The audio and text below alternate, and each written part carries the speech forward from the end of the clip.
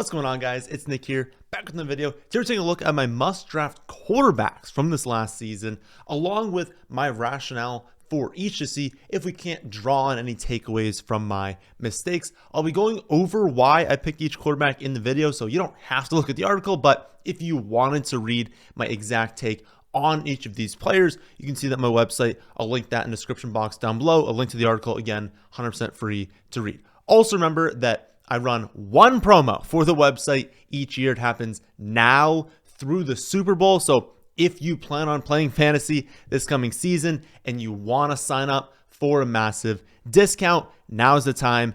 After the Super Bowl, there will be exactly 0 promos. So take advantage of that now.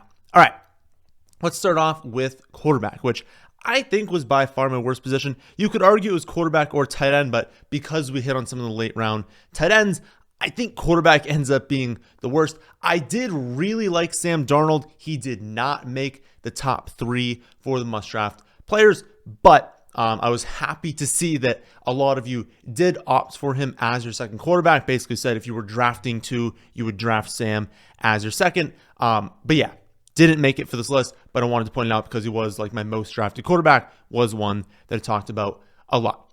But who did I choose for the top 3? Start off Patrick Mahomes. The idea for Patrick Mahomes was fairly simple. He had been a top 6 quarterback in the 5 years leading up to the year before. I'll say last year and this year. This year is going to be the season that just happened. Last year is going to be the year before it. So leading up to last year, top 6 quarterback, 5 years in a row. But then last season, he didn't really have anyone to throw to. So the thinking was, you've got Rashee Rice, clearly going to take a big step forward this season. Having him, along with Hollywood Brown, Xavier Worthy, who was a rookie, but we figured was not going to need to be their number ones. We could just be an explosive player, just kind of get some schemed usage, not have to be someone that wins on every route. Of course, that ends up being needed from him because of injury, but we figured entering the season that wasn't necessary. And then Travis Kelce, also getting up there in age, but wouldn't be needed to be a featured part of the offense. That would give Patrick Mahomes probably the best core that he's had since they lost Tyreek Hill. And we knew that even without Tyreek Hill, Patrick Mahomes did have a season with 5,250 passing yards, 41 passing touchdowns. So we knew he was capable of doing that with his top receivers of Juju, MVS, Justin Watson, Mecole Hardman, and Sky Moore. So you think about that, then you think about the cast that they had entering the season. I mean, those were clear upgrades, right? The players I just talked about: Juju, MVS, Justin Watson, Mecole Hardman, Sky Moore. That's pathetic. That is a horrendous core of wide receivers. 5,250 passing yards, 41 passing touchdowns. Now he's got Rashee Rice, Hollywood Worthy. Those are very clear upgrades. So I did think he had a chance. Would it have been the most likely outcome? No, but I think he had a chance to break the passing yardage record. Certainly did not happen though. Rice, Hollywood, and then even Pacheco suffered major injuries this season. KC's defense also stepped up. So they really were able to just lean on the ground game. I say quote unquote because it was a horrible ground game, but they were like, listen, if we can just gain 3.5 yards a pop, we can have Mahomes not turn it over. We can win games because most of these teams we're playing are not clutch late, are not going to be able to put together game-winning drives, and we know that Mahomes can. So their goal this entire season was to say, can we just make this a 1-score game in the fourth quarter? We'll probably be winning by that 1 score, and just make it so that Mahomes doesn't make a mistake. They will win games. And that just happened over and over and over again. So they never really needed to fully open up the offense. Overall, I don't think the take was necessarily wrong here. We'll have much stronger takeaways with the next 2 quarterbacks, but with Mahomes, I don't think anyone who drafted Patrick Mahomes did anything wrong in their process and evaluating things. If Marquise Brown and Rashee Rice both stay healthy all season, I do think maybe it's not a completely different year from Mahomes. I don't think that he would have broken the passing yards record if we could go back and like not have those two injuries, but I think he would have done a lot better in fantasy. He only ends up finishing as a low-end quarterback one. You were drafting him as more of like a mid-range quarterback one. He probably just returns value if those two stay healthy with, who knows, maybe things kind of change. Maybe the offense gets going a little bit more, and maybe he does hit that ceiling. But I think at worst, he probably would have returned value. So I think from a process standpoint, we're kind of maintaining the exact logic we had with Mahomes. We want elite quarterbacks. We want them to have great play callers.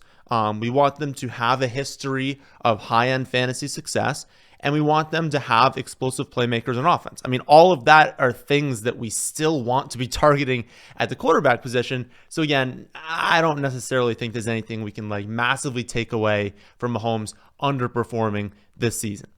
The next quarterback, though, is absolutely one we need to break down, and that's Anthony Richardson. This is the one that I got really wrong this season. Everyone, myself included, could agree that Anthony Richardson was risky. Like, no one was ever going to debate that. He was a risky quarterback. But I thought that the ceiling was worth taking on that risk. The thesis was he's the most athletic quarterback in NFL history. He averaged 30 fantasy points per 4 quarters so far in his career.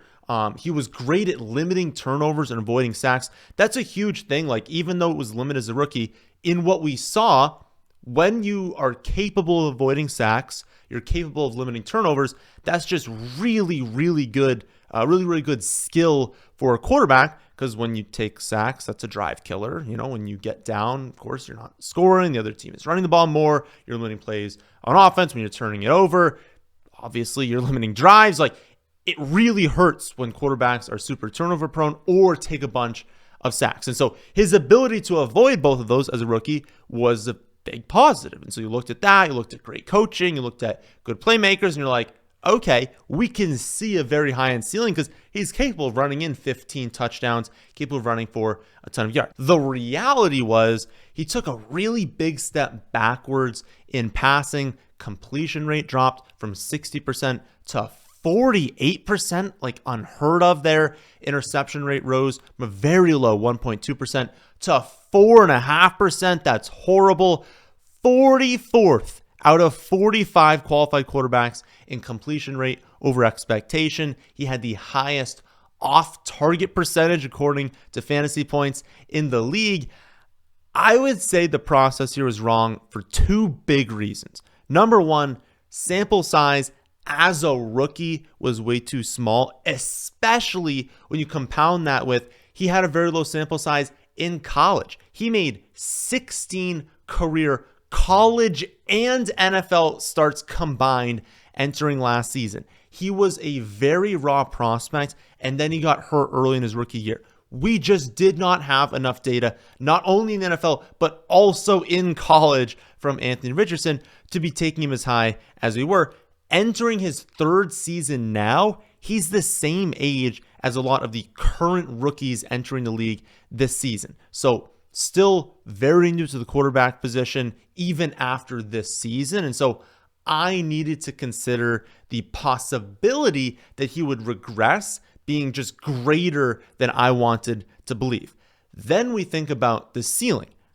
I do think he still has a 99th percentile ceiling, like a great outcome here where he averages 27 points per game. He's a clear quarterback 1 and he wins leagues. I think that's still possible. Again, it's a 99th percentile ceiling, but a lot of quarterbacks just don't have that even as their 99th percentile ceiling. I think that outcome was just a lot less likely than I wanted to believe. And since he was the 5th quarterback off boards, the opportunity cost was way too high to take on that risk. Like, there were simply just too many paths to failure to take him as the quarterback 5. We won leagues betting on Lamar Jackson in his breakout season, but that was when Lamar was going the double-digit rounds, not the quarterback 5. After round like 10, take on whatever risk you want. Like, if you've got a player who's super risky going in round 12, who cares, right? Even if they fail, it really doesn't impact you all that much.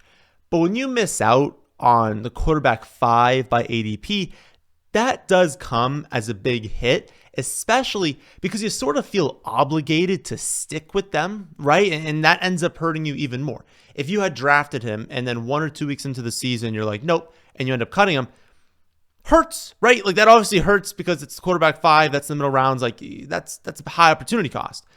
But it hurts you more because you're like, okay, when we drafted Lamar in his MVP season, let's just say that season ended up being horrible, right? He ended up not being good. You probably would have started him once, maybe twice, maybe not at all, honestly. And then you would have moved on. You'd have been like, okay, I got him late. He's clearly not working out. I'm not going to start him. And it wouldn't end up hurting you. But when you take a quarterback this early, you don't really want to jump ship right away. And so you end up compounding the negative impact when you miss because you just keep starting them because you're like, they're going to hit eventually, and they don't. And so it really ends up hurting you long term. So I would say Anthony Richardson was my biggest miss of the season. But luckily, we got a lot of hits going in future videos, more than made up for it. But the biggest takeaways, again, are just that when we invest in a quarterback 5 overall in these middle rounds, we need to avoid risk a little bit more. And I think it was just more risky than I was letting on. Or at least there was a higher chance that he just wasn't all that good at quarterback, given that, again, 16 career college and NFL starts heading into the season. We just didn't have enough data on how good he was. Probably hit the low end of the outcomes as far as like, that was probably like a 5th percentile outcome from him, but that was obviously possible. And so we shouldn't have taken him as early. Final quarterback that I listed, and then again, we'll go over all of these again, was Jordan Love. He was a quarterback 5 in points per game in 2023. And he did, have a really strong close to that season, which was his first season as a starter. Finished the quarterback 4 in points per game over those final 9 games again in 2023. And in those final 9 games, season-long pace of 42 passing touchdowns, 6 interceptions. And that was with Christian Watson hurt for most of the season. Dobbs didn't really come along until really later in the year and even into the playoffs. Aaron Jones was banged up for most of the season. You had Reed, Wicks, Musgrave, Kraft, all rookies. And so you looked at the offense and you were like, okay, he's objectively a good quarterback. I don't think anyone thought that he was like a top 5 NFL quarterback, of course. But he was objectively a good quarterback, still objectively is a good quarterback. He had a great head coach. The ground game was going to improve. It ends up having a negative impact, which we'll get to. But moving from Aaron Jones to Josh Jacobs was, of course, a switch where defenses were going to have to take that into account a little bit more. And then you just looked at the offense thinking, there's so many playmakers. One of Watson, Dobbs, Reed, Wicks was surely going to break out, right? You figured one of the 4 was going to break out and give him like a true number 1 wide receiver, along with having, we figured, enough playmakers, right? Because for some offenses, it's like, okay, you have a number 1, but you're kind of top heavy. And so if that number 1 goes down, you have no one to throw to. They had a ton. The problem with the Packers was not that they didn't have enough playmakers. It was that we didn't know who to draft because they had so many playmakers. So we figured even if there were some injuries, they could withstand that, right?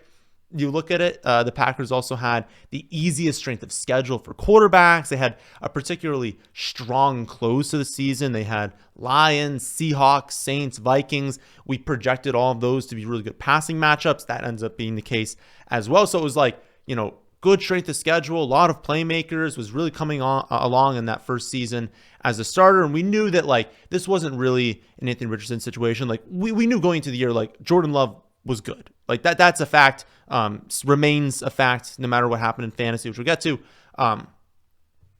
That part wasn't really risky.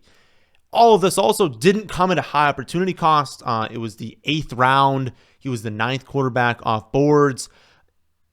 And to start the season, it was a big hit, right? Like he was the quarterback 3 in points per game through week 6, was the quarterback 4 in points per game through week 7. He threw at least 2 passing touchdowns in every game. You had Jaden Reed, seemed like that wide receiver that was breaking out. We're like, one of these guys is going to break out. He was a wide receiver 3 overall in fantasy through week 6, wide receiver 5 overall through week 7. The Packers were rolling. And to be honest, I don't have like a perfect explanation as to why the offense changed so much, but it did, right? They still averaged into the upper 20s in points per game. They had a 5-week stretch from week 11 through 16 where they scored at least 30 actual NFL points in every single game. And Love did great, not turning the ball over. He only threw 1 interception over that time as well. But the offense changed, right?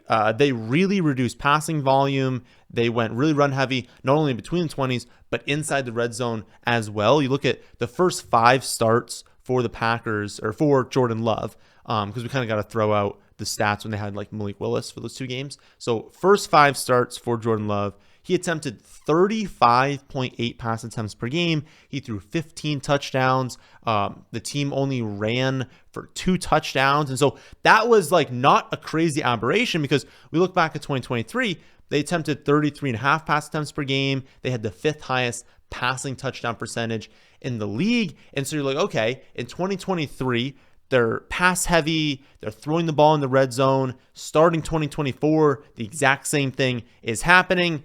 It looks like we're correct in this pick, right? But then everything kind of just shifted around halfway through the season. They, for some reason, which I still don't understand, completely went away from using Jaden Reed. Dobbs then missed a few games. Watson was mostly a non-factor, also missing some time. Wicks ends up being a massive bust. And they basically just looked at it and they're like, you know what? We're just going to center our offense around Josh Jacobs. And you look from week 8 on, Jordan Love dropped from 35.8 pass attempts per game down to 26. 10 fewer pass attempts is a massive drop off in fantasy for a quarterback. Only had 1 game above 30 pass attempts. Again, was averaging 35.8 heading into that time. The Packers also went way more run heavy in the red zone. That tanked Jordan Love's value. And remember, they had the 5th highest passing touchdown percentage in 2023, and they opened 2024 15 passing touchdowns, 2 rushing touchdowns. That's over the first 5 starts for Jordan Love. Over his last 9 starts, they still averaged 28 actual points per game on offense, but Love threw or ran for 12 combined touchdowns over 9 games, compared to 17 rushing touchdowns by non-Jordan Love Packers players. In other words, they went from the team throwing touchdowns at the highest rate and also averaging in the upper 20s, which is an amazing combination in fantasy, to the team running for touchdowns at the highest rate. And I think that's more so what went wrong here. It's not like Jordan Love himself or even the offense fell apart, just that they went more run heavy. And when you lose 10 pass attempts per game and you start running every touchdown in, the fantasy value of the quarterback and of the wide receivers, tight ends, is going to be impacted at that point. And honestly, this is another one where I don't think there's any like very clear takeaways here. He wasn't an early round pick, so it's not like we can look at the opportunity cost and be like, well, you know, he didn't have like a lot of long-term success in the NFL, so maybe we shouldn't have taken him. The wide receivers going around him in fantasy were Jaden Reed, Deontay Johnson, Rome Odunze, Christian Watson, and Marquise Brown. The running backs being drafted right around him were Zamir White, Mostert, Pollard, Javonte Williams, and Jalen Warren. So it's not like you were sidestepping a bunch of league winners to try and take Jordan Love.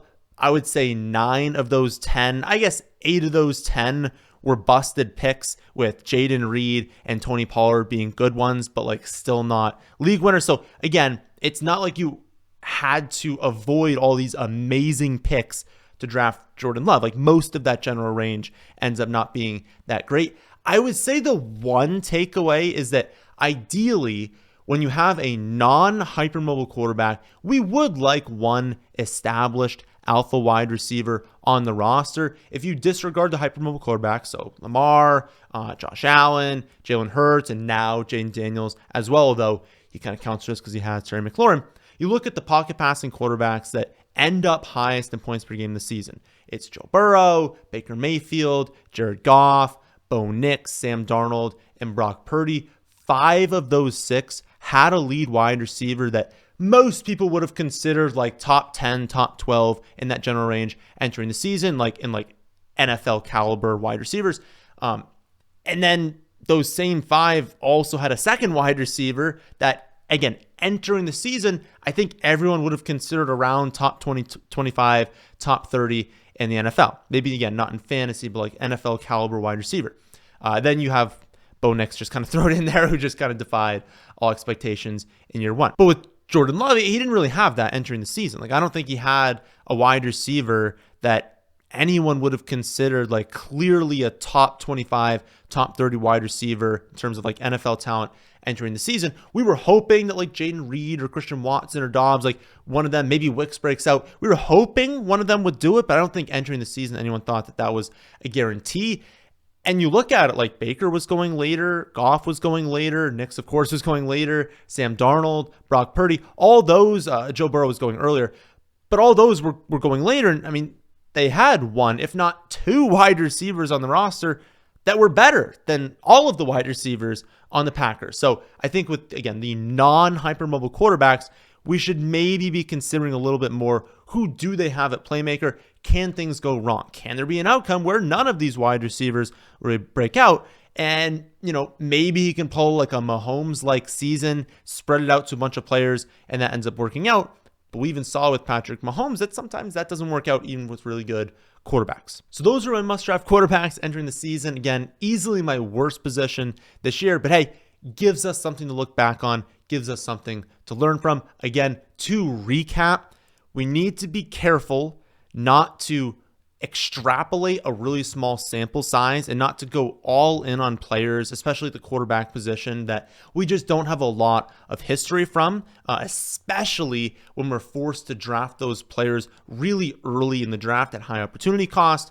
We need to be a little bit more mindful of each player's path to failure. I thought about doing a video, honestly, I've thought about it for a few years now, of basically what is everyone's path. I would basically go through the top like 75 players, and even if we really like them, to think really hard about what is, a bottom 10% outcome for that player. What is their path to failure? Maybe just as like a thought exercise to be like, how can this player fail? And if we start to think of like a lot more paths than we were originally thinking, we can be like, okay, maybe there's actually a lot more risk than we're believing right now, or that we want to believe. And that can help us maybe avoid a situation in the future like Anthony Richardson.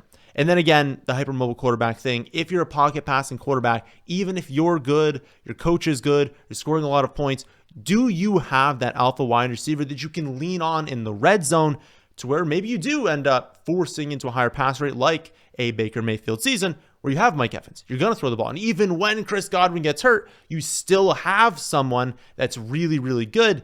And that can help you have a high-end season when you have these injuries and you have wide receivers that haven't necessarily broken out yet. You can have a season like Jordan Love have where they're leaning on the ground game a little bit more, running the ball in the red zone a little bit more, and that hurts you in fantasy. So I'll probably go over running backs next week, and then sometime soon I'll go over my 3 season-long drafts and then my underdog results as well, so you guys can see like exactly who I drafted this season, how those teams did. Until then, remember, there's only 1 discount all season for my website. It is happening now through the Super Bowl. After the Super Bowl, it will be full price on the website all season. So if you want a big discount right now, sign up, use promo code FFA. It's on the page. If you forget to use that, I'll just reach out to you and make sure we apply that coupon. But again, use promo code FFA when signing up right now to get a big discount.